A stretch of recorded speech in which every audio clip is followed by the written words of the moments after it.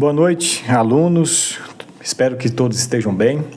Aqui é um resumo da nossa aula dessa segunda etapa. Tivemos poucas aulas, tendo em vista as demais atividades que vocês estiveram sujeitos aí nessa etapa. Então, essa aula aqui servirá de revisão para a avaliação que vocês em breve realizarão. Trouxe aqui 4 imagens. Um é o filósofo obscuro, o primeiro, essa primeira imagem que aparece para vocês. O segundo é Parmênides, terceiro Platão e o quarto Aristóteles. Heráclito foi aquele homem que deu início à questão do movimento. Então o movimento tomou em Heráclito uma questão central e ele afirmava que tudo era um permanente vir a ser. A sua famosa frase, panta rei, tudo muda, tudo se altera, tudo se transforma, e isso se tornou, a partir daí, uma das principais investigações filosóficas que existiu até então. Heráclito é este que, quando olhava para as coisas, ele contemplava a mudança, e então chegava a essa conclusão. No entanto, Parmênides veio logo após e analisou a questão colocada por Heráclito e viu um determinado problema. Se tudo muda, como podemos nomear alguma coisa? Como podemos chamar de ser aquilo que ainda não é ser? Como podemos nomear algo que, quando nomeamos, não somos mais os mesmos e nem aquilo que nomeamos também é a mesma coisa? As coisas devem permanecer. Então, Parmênides chega à sua conclusão. O ser é e o não ser não é. O ser não passa a não ser e o não ser não passa a ser. O ser é e não deixará de ser. Para Parmênides, então, tudo permanece. E o movimento, as alterações, nada mais são do que o caminho da opinião, o caminho da ilusão, uma mentira que os sentidos contam para nós. Porque o ser é e o não ser não é. Contrariando assim Heráclito. Notamos que ambos eles foram além daquilo que a filosofia permite. Um negou a permanência do ser e afirmou o movimento absoluto de todas as coisas. O outro negou o movimento presente no cosmos e afirmou a permanência absoluta em todas as coisas. Platão chegou, esse filósofo, discípulo de Sócrates, muito importante para a filosofia ocidental, para o nosso pensamento. Se vocês analisarem aí na foto, ele está com a mão apontada para cima, né? Seu dedo está sendo apontado para cima, ou seja, fazendo referência aí ao mundo das ideias. Platão e Sócrates moldaram, de certo modo, o caminho que a filosofia tomaria a partir de si, a partir deles, né? Eles tiveram grandes embates com os sofistas, que também foram filósofos importantes aí no pensamento ocidental e no pensamento filosófico, no período socrático. Os sofistas eram aqueles que, de certo modo, aplicaram a filosofia de Heráclito à mente humana, né? Tendo em vista que nós não conseguimos conhecer as coisas, sendo que as coisas mudam e as coisas aparecem para mim de um modo diferente do que aparece para ele, então não existe verdade e todos aqueles que afirmam conhecer a verdade estão enganando, porque o que existe é apenas opinião. E cabe ao homem buscar aprimorar essa opinião e tornar essa opinião mais forte possível, para assim convencer aos seus ouvintes. Então começa aí, a filosofia sofística, que ensina a importância da retórica e da oratória no viver na polis, dentro da cidade, dentro da sociedade. Então, para eles, a verdade não era interessante. O interessante é você convencer o seu ouvinte de que você está com a verdade e de que você está no caminho certo. A verdade não importa. O que importa é a sua capacidade de convencer os outros de que isso é verdade. E vem aí, para eles, a persuasão era o caminho ideal e a busca de um filósofo, nada de verdade. Porque para viver na democracia, você tem que ter esse poder de convencer os outros, de manipular os outros e de convencê-los a fazer o que você quer. Por isso, Platão e Sócrates, eles eram tão avessos à filosofia sofística, justamente porque Sócrates, ele afirmava que a verdade era o que nós devíamos conhecer.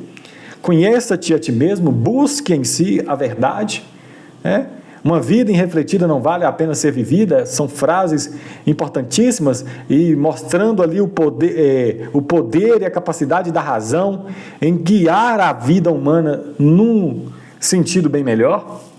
Platão vem e também ele fala da importância da verdade para o filosofar. Filosofia para Platão e Sócrates e Aristóteles nada mais era do que o caminho laborioso em busca da verdade. Diferente de Heráclito, diferente de Parmênides, Platão conseguiu transcender as dificuldades presentes em ambos. Heráclito conseguiu ver apenas o movimento, Parmênides apenas a permanência.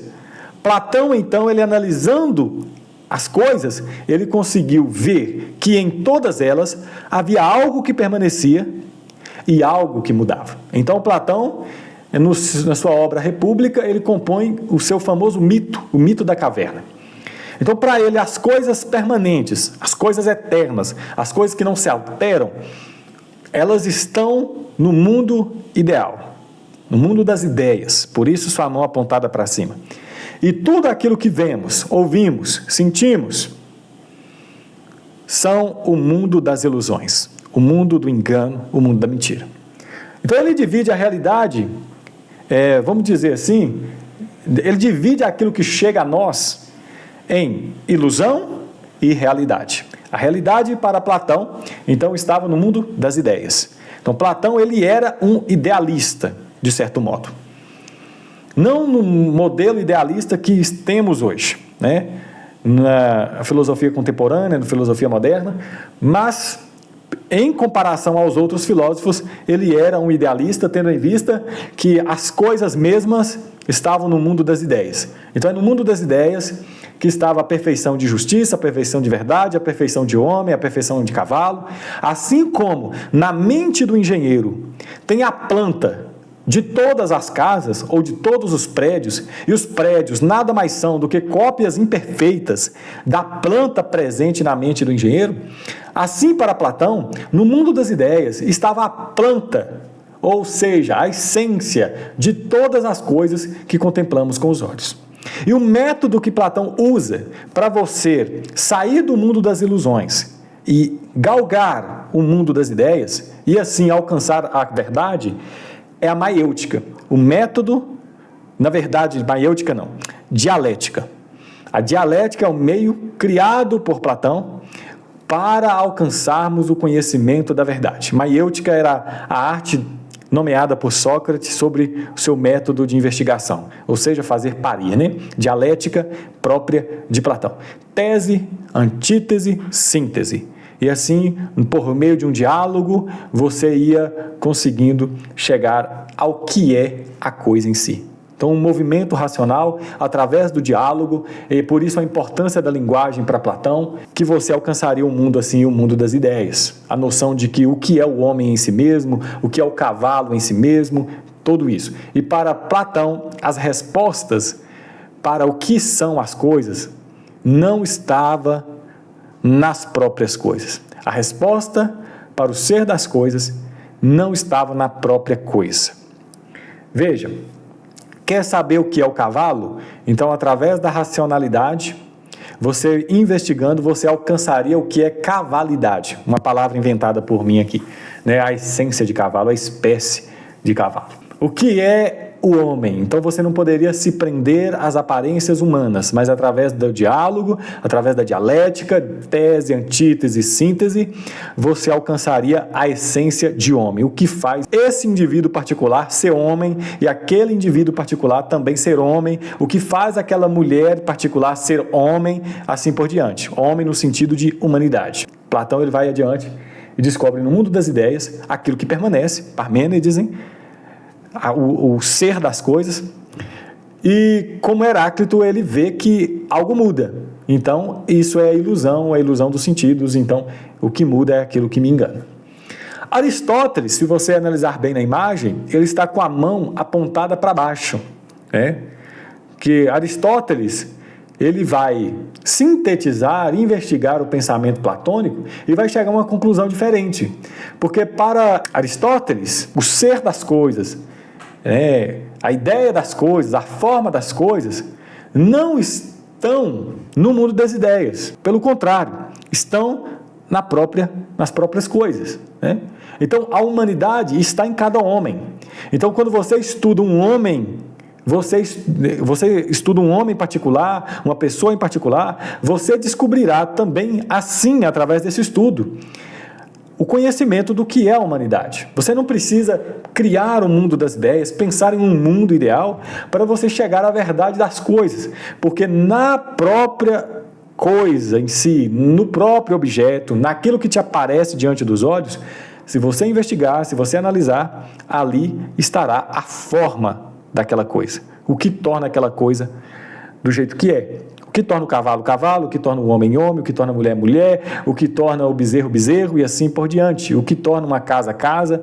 Então a resposta para essa pergunta está na própria coisa. Por isso a teoria de Aristóteles é diferente da de Platão. Por isso Platão é chamado de idealista e Aristóteles é chamado de realista. Ou seja, a resposta da pergunta, o que é isso? Ela está sendo respondida na própria coisa que me aparece. Então a forma está nela. Certo, gente? Essa é uma primeira noção que você precisa ter para fazer aí a sua avaliação. Aristóteles, um realista. Platão, idealista. Parmênides é aquele que estuda o ser permanente. E Heráclito, aquele que chega à conclusão de que tudo muda. Certo? Passemos adiante. Para Aristóteles, a realidade ela é composta de matéria e forma, que essa teoria é chamada de ilemorfismo, ou seja, a união de matéria e forma. A matéria, ela pode ser comum a todos os objetos, a mesma matéria. O plástico pode ser usado para compor uma caneta e pode ser usada para compor vamos dizer assim, um fone de ouvido. No entanto, o que vai diferenciar uma coisa da outra é sua forma. A matéria de um bebê e a matéria de um filhote de cachorro não são tão diferentes. Se você analisar e investigar nos seres, tanto no bebê quanto no cachorro, você encontrará em sua estrutura ferro, zinco, potássio, entre outras 1000 substâncias. Mas a forma é bem diferente. A forma do cérebro, a forma do corpo, a forma do nariz, a forma do ouvido, a forma completa do ser é diferente. A forma do objeto. Então, para Aristóteles, cada indivíduo tem em si a união de matéria e de forma. Matéria nada mais é do que aquilo de que algo é feito. O elemento físico possui potencial de transformação. A matéria ela é potência pura. Ela é capaz de se atualizar à medida que a forma vai moldando-a. Potência é aquilo que ainda não é. Ato é aquilo que já é. Uma manga verde está em potência para uma manga madura, um exemplo. Uma laranja verde está em potência, ou seja, está ainda em estado de transformação para chegar ao estágio de uma laranja madura, no caso. Certo? A forma é o que define o que a coisa é, dá identidade ao ser e é aquilo que organiza a matéria. É como um escultor que imprime na rocha uma escultura de uma determinada pessoa. A rocha é matéria. Aí vem alguém e formata de fora aquela escultura. Tem essa forma que vem de fora para dentro, no caso desse escultor que esculpe numa rocha uma escultura, e também a forma vem interna, no caso da semente. Vem da semente de uma planta, a semente de uma árvore. Na própria semente vem a forma e ela se desenvolverá, atualizará à medida que o tempo avança, certo? Então o ilemorfismo não é nada mais do que a união de matéria e forma. As duas coisas são inseparáveis e todo ser, todo ente é composto por ambas, certo? Então tudo que existe você pode dizer com certeza que é composto de matéria e forma. Essa teoria é chamada de ilemorfismo. Passemos adiante.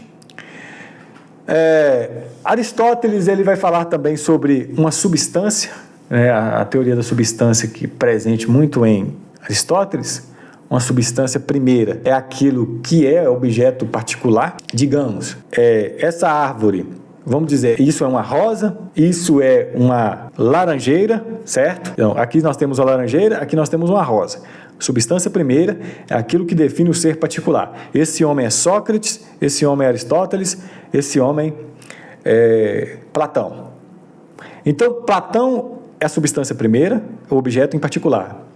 Aristóteles é a substância primeira, objeto particular, e assim por diante. Essa rosa, essa laranjeira, são os objetos particulares, isso é chamado de substância primeira, aquilo que você tem contato direto com seus olhos. Substância segunda é aquilo que predica o objeto que você teve contato primeiramente. Você teve um contato direto. Quando você olha, você faz uma pergunta. O que é isso? O que é laranjeira? Aí você vai dar uma resposta. É uma árvore. Essa é a substância segunda. Ela é mais profunda, é mais abrangente. É um predicado que abrange outras coisas, certo? O que é Aristóteles? O que é Platão? O que é Sócrates? Tais são homens. Então, homem, nesse caso, seria a substância segunda. O que é uma rosa? Rosa entraria no âmbito das flores, substância segunda. Aristóteles também, ele notou que dentre as várias coisas que aparecem diante de mim, temos várias diferenças. Uma laranjeira é diferente da outra, uma rosa é diferente da outra, uma casa é diferente da outra. Aristóteles, ele não chega à mesma conclusão que Platão, porque Platão, ele responde a essa pergunta do seguinte modo: aí não está a verdade, aí está apenas uma ilusão de uma essência verdadeira que está no mundo das ideias.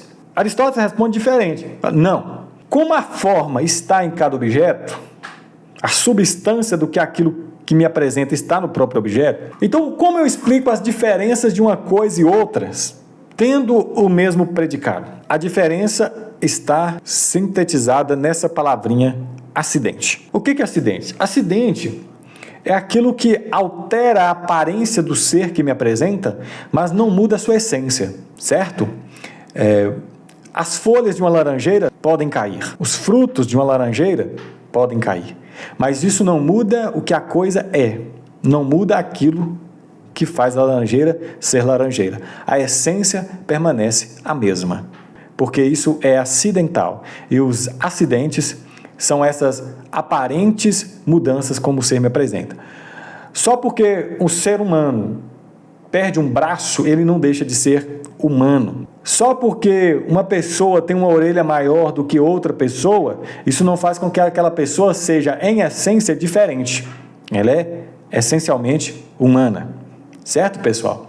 Então, mais uma palavrinha aí para vocês entenderem bem a diferença de substância, essência, de acidente. Acidente é aquilo que altera, que não muda a essência da coisa, certo? São as aparentes diferenças de uma coisa e outra, no entanto, que não altera a sua essência. Muito bem. Aristóteles também, ele chega à conclusão de que em tudo há potência e ato. Como eu disse, Heráclito, ele via em tudo que existia uma certa mudança. E ele aplicou isso e universalizou isso em todas as coisas. Tudo muda. Aristóteles, ele vai trazer essa mudança como transformação de potência em ato. Mas em todos os estágios, algo permanece. Aqui nós temos um feto. Aqui nós temos um bebê recém-nascido. E aqui nós temos uma criança. E fiz questão de colocar duas crianças. Uma de cor de pele preta, outra de cor de pele parda. Poderia aqui ter uma de cor de pele branca, mas algo permanece em todos esses estágios, ou seja, a essência. Aqui está a humanidade, aqui está a humanidade e aqui está a humanidade.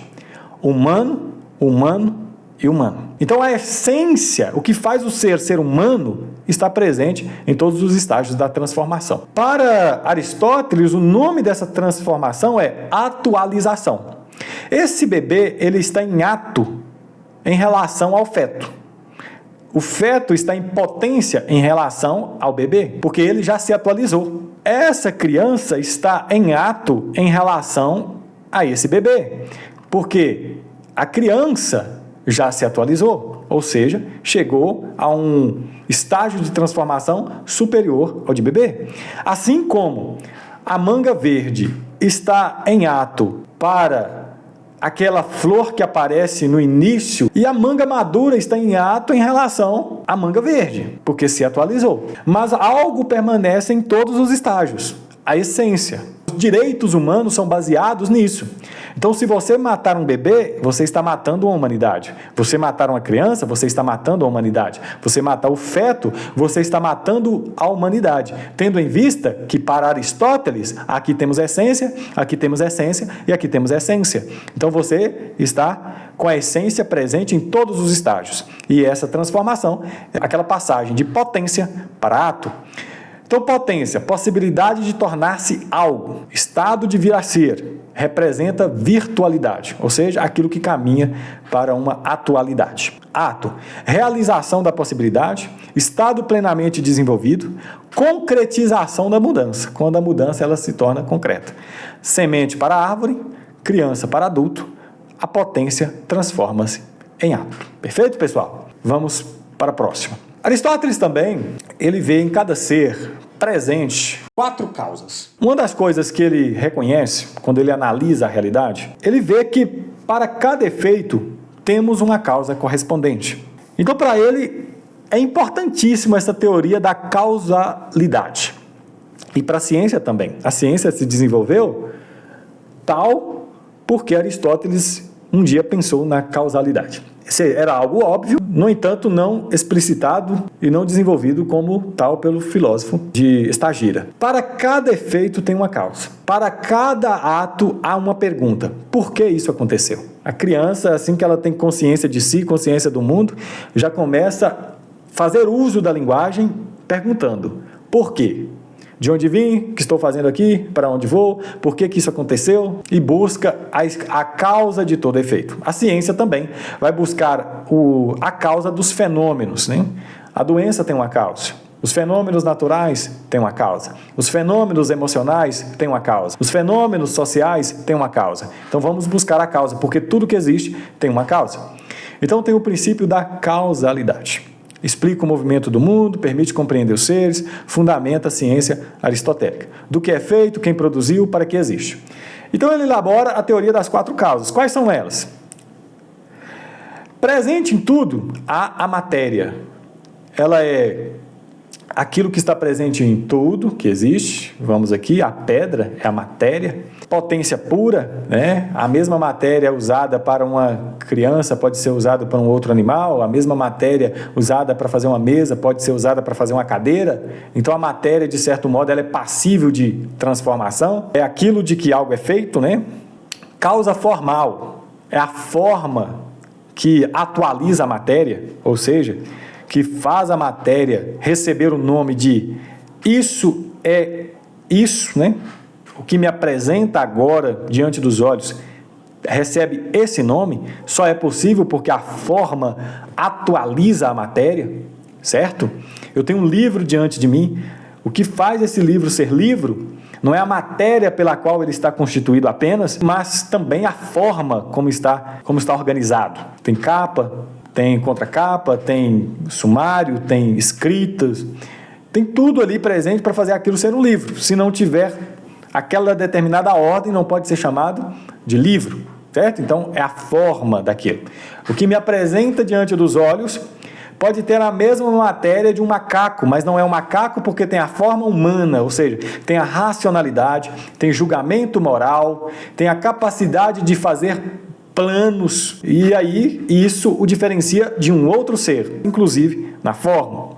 Causa eficiente é aquilo que leva a matéria a se atualizar na forma. Tudo tem um movimento. Tudo tem um princípio transformador. Para cada movido tem um movente. Não há movimento sem um motor.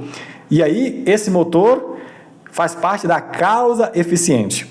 Você que está me ouvindo hoje, você tem causa eficiente, que são seus pais, que te colocaram em movimento, que trouxeram você à existência. Você recebeu a forma, seus pais receberam a forma de outro. E assim, sucessivamente, né?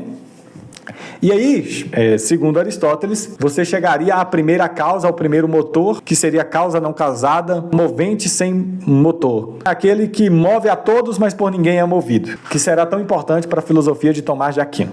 Então, a causa eficiente é esse agente transformador, responsável pela mudança. Um exemplo aí, nós temos esse escultor, que está imprimindo a forma na matéria, né? E a colocando e a atualizando. Então, nós temos essa causa eficiente, às vezes externa, às vezes interna, como no caso das plantas, né? Que tem a sua causa eficiente interna. Próxima, causa final. Causa final responde à pergunta: para que isso existe? Tudo tem um para quê. Para que estou aqui? Para que esse carro foi criado? Foi construído? Foi feito? Para que essa bicicleta foi inventada? Para tudo há um objetivo. Para que a flecha foi construída? Tem um objetivo. Então, a causa final é o objetivo da existência.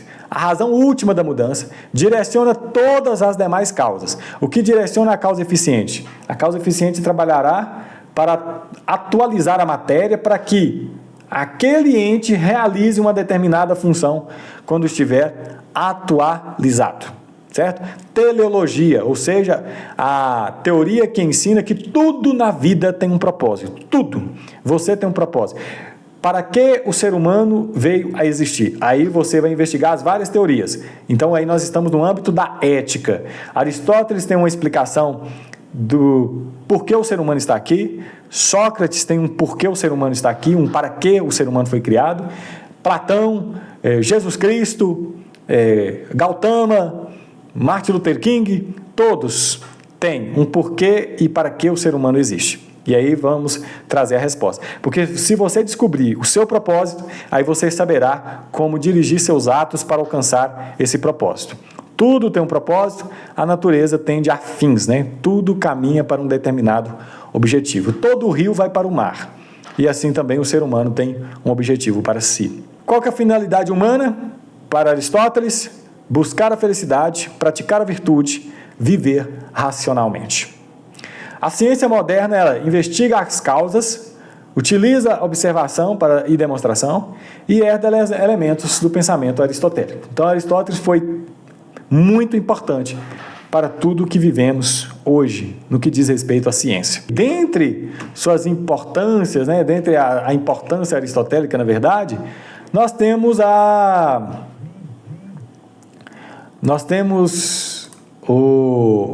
lógica aristotélica. Nós estudamos sobre silogismo aí por bastante tempo, né?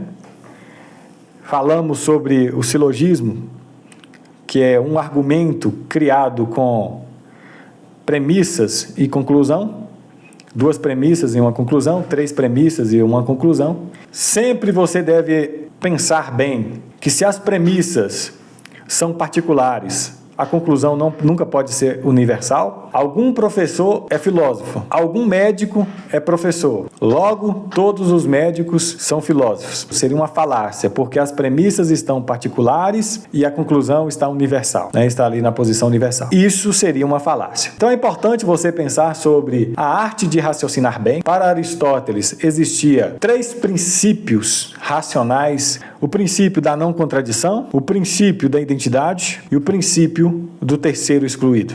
O princípio da identidade é aquilo que faz o ser o que é. Essa caneta é essa caneta. Então, tem uma identidade. Tem algo que faz com que esse objeto seja tal como é. Princípio da não contradição. A coisa não pode ser e não ser ao mesmo tempo. A caneta não pode ser caneta e não caneta ao mesmo tempo. Ou é caneta ou não é caneta. Não tem como ser as 2 opções ao mesmo tempo. Não pode ser mulher e não mulher ao mesmo tempo. Não pode ser homem e não homem. Não pode ser humano e não humano. Pode ser mulher médica. Então tem ali predicados. Mas não pode ser uma coisa e não coisa ao mesmo tempo. A porta não pode estar completamente aberta e completamente fechada ao mesmo tempo. Esse é o princípio da não contradição. Terceiro, princípio do terceiro excluído. Ou algo é há ou não há. Ou é homem ou não homem. Não tem uma terceira via. Para cada proposição, ou ela é verdadeira ou ela é falsa. Não tem uma terceira opção. E aí nós vemos os nossos contemporâneos indo contra a teoria aristotélica da verdade, da lógica, do raciocínio bem pensado, como no caso os filósofos contemporâneos, que eles falam, por exemplo, que o homem, ele não nasce homem, ele se torna homem. E aí você pensa, como que o ser vem do não ser? Certo? É uma teoria vamos dizer, de Jean-Paul Sartre. O ser humano, ele torna-se ser humano à medida que faz escolhas. Então, o que o ser é antes de fazer escolhas? Aí a resposta é um vazio, é um nada. E aí, como nada pode dar origem às coisas? Ou é um ser, ou é não ser. Do não ser não vem o ser, e do ser não vem o não ser. Então, ou é humano, ou não é humano. Se não é humano, não adquirirá a humanidade. E se é humano, não perderá a humanidade. Essa é a importância dos 3 princípios da lógica aristotélica. Quando você foge desses 3 princípios, você está fadado a cair em várias falácias e enganos de sofismas. Então, que vocês possam ouvir esse áudio, analisar os materiais que eu mandei no grupo para vocês, ler o material presente que vocês têm em mãos. Boa sorte para as provas e eu tenho certeza que vocês sairão muito bem.